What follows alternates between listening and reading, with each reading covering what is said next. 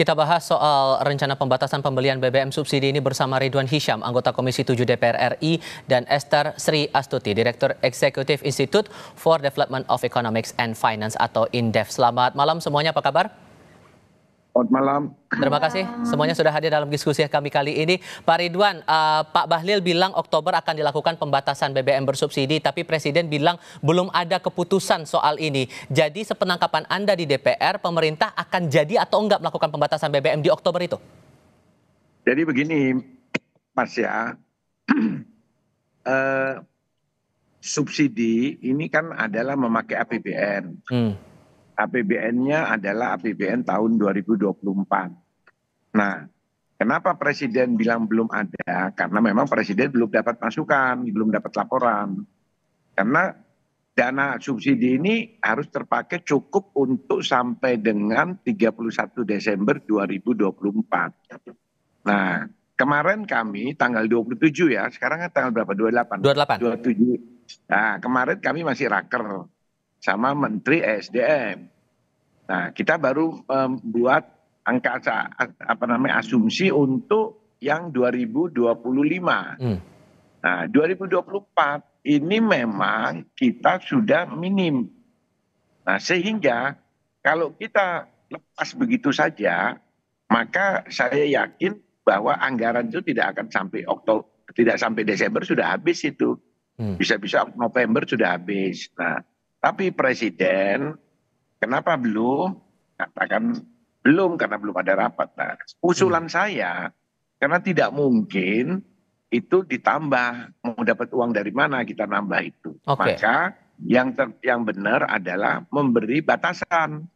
Batasan dalam artian yang memakai dana subsidi ini, contohnya kalau BBM harus ketat sesuai dengan aturan. Bentuk pengetatannya gimana kalau bocoran yang Anda terima dari pemerintah, Pak?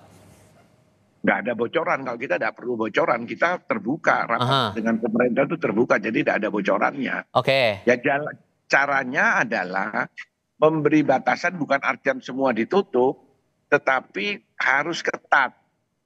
Nah, dalam hal ini pemerintah, Pertamina bersama BPH Migas ya, Badan Pengelola Migas itu harus menerapkan aturan-aturan yang sudah ada. Itu saja, itu pasti akan turun pemakaian itu. Karena sekarang itu kalau kita lihat di SPBU, itu bebas itu mereka mau siapapun dibiarkan. Nah, inilah yang menjadi masalah kenapa akhirnya belum waktunya subsidi itu sudah habis, sudah sedikit, tinggal sedikit. Belum lagi LPG, LPG juga disubsidi, LPG 3 kilo. Itu juga semuanya bisa pakai. Yang namanya restoran itu pakai LPG 3 kilo, itu kan tidak boleh. Nah, jadi bentuk pembatasannya, ini mau menegaskan saja Pak, jadi bentuk pembatasannya itu apakah sebatas pada siap pengguna kendaraan tertentu saja yang bisa mengonsumsi BBM bersubsidi ini, atau sampai pada level menaikkan harga BBM? Saya kira begini, kalau naikkan harga BBM lebih bermasalah, saya lebih mengarah kepada aturan yang sudah ada itu diperketat. Karena sekarang tidak ketat. Nah, tinggal pemerintah memperketat tadi itu, BPH Migas harus turun aparat-aparatnya bersama dengan pemerintah daerah. Karena pemerintah daerah itu juga dapat dana dari alokasi BBM itu dapat dana yang namanya pemerintah daerah.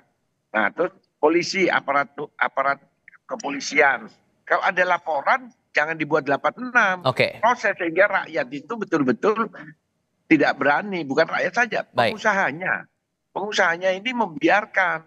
Nah, akhirnya ya yang penting cepat laku, habis, besok datang lagi. Upaya untuk pemerintah yang berkurang, yang kurang, itu saya kira.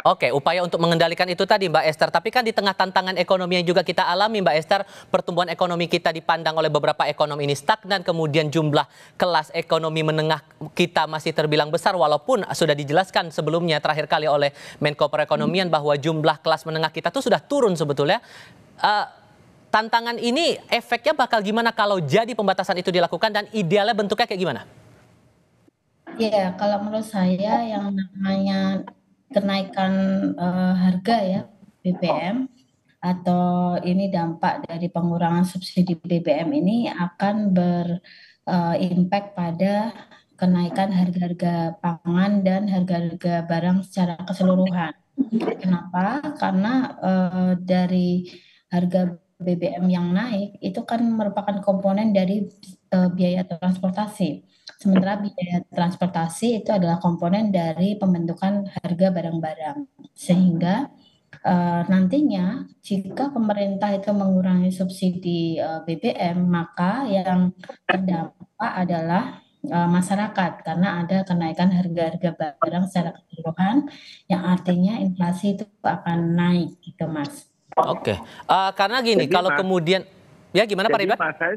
Jadi bukan menaikkan harga BBM atau mengurangi, enggak. Tetap saja, tetapi pemakainya yang diperketat. Kalau dikurangi itu tadi seperti yang Ibu Esther bilang, dampaknya macam-macam. Orang yang tidak punya hak untuk membeli atau memakai BBM bersubsidi itu yang dilarang. Jangan ini terus aktu dinaikkan atau terus dikurangi, enggak. Ikuti aja ini kan kurang berapa bulan ini kita, tinggal kurang 4 bulan. Nah, masih ada jatahnya. Itulah yang diperketat. Jadi jangan dikurangi, kalau dikurang bermasalah nanti. Nah, orang-orang yang tidak tepat saja itu tahu ya, yang namanya BBM itu dipakai oleh industri. Itu kan tidak boleh. Nah, itu Mbak Esther, gimana tuh meresponnya? Apalagi kan kalau kemudian jadi jangan merugikan masyarakat. Saya tidak setuju kalau masyarakat dirugikan. Apalagi kan imbasnya kalaupun itu yang harus diperketat. Apalagi kalau imbasnya pembatasan itu terjadi akan ada peralihan antara pengguna Pertalite ke Pertamax sementara range harganya terbilang cukup jauh. Maka kemudian bagaimana kemudian pengawasannya nanti Mbak Esther, yang Anda lihat kalaupun betul ada pembatasan ini, bentuk pengawasannya harus seperti apa? Ya, yang paling gampang adalah memberikan subsidi ya yang tepat sasaran pada publik transportasi gitu ya. Sehingga mobil-mobil pribadi itu memang sebenarnya mereka tidak kalau pengen dikurangin ya atau dibatasin, yang paling mudah monitoringnya diberikan pada public transportasi saja gitu. Sehingga di luar dari public transportasi itu mereka harus bayar lebih harga normal lah gitu, atau beralih dari Pertalite ke Pertamax gitu kan. Nah, ini yang lebih mudah. Tetapi kalau nanti mobil pribadi masih diberikan kesempatan untuk mendapatkan BBM subsidi, maka ini yang harus lebih detail lagi gitu pengawasannya. Realisasinya ini yang tentu menarik untuk dicermati, apakah jadi di awal Oktober atau justru akan molor lagi tergantung dengan kebijakan yang dikeluarkan oleh pemerintah. Mbak Esther dari Indef terima kasih, Pak Ridwan Hisyam dari DPR juga terima kasih sudah berdiskusi bersama kami. Selamat malam semuanya.